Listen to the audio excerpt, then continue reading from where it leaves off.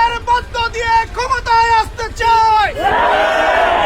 আমরা স্পষ্ট করে বলতে চাই, বাংলাদেশের জনগণ তা কোন অবস্থায় বাস্তবায়ন হতে দেবে না।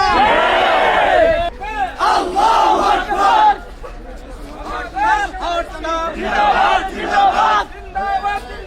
বাংলাদেশ জামাত ইসলামী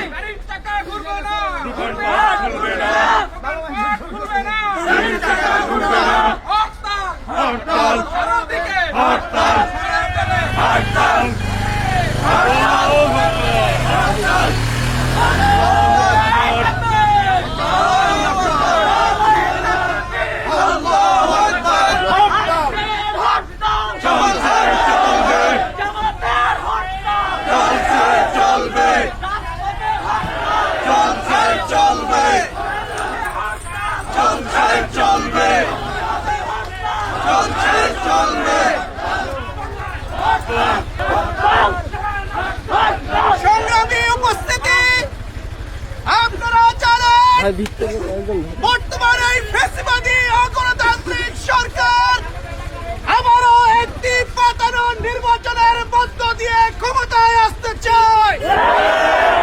আমরা স্পষ্ট করে বলতে চাই, বাংলাদেশের জনগণ তা কোন অবস্থায় বাস্তবায়ন হতে দেবে না। আমরা 52 ভাষা আন্দোলন রক্ত দিয়েছি, 71-এর স্বাধীনতা যুদ্ধে জীবন দিয়ে আমরা দেশকে মুক্ত করেছি।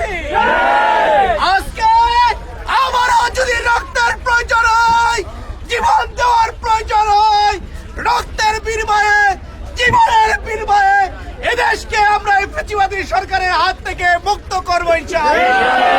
গণতন্ত্রকে মুক্ত করবো ইনশাআল্লাহ। সবাইকে সারা দেশের আজকের হরতাল স্বতঃস্ফূর্তভাবে পালন করার উদাত্ত আহ্বান জানিয়ে আমার কথা শেষ করছি। সালামু আলাইকুম।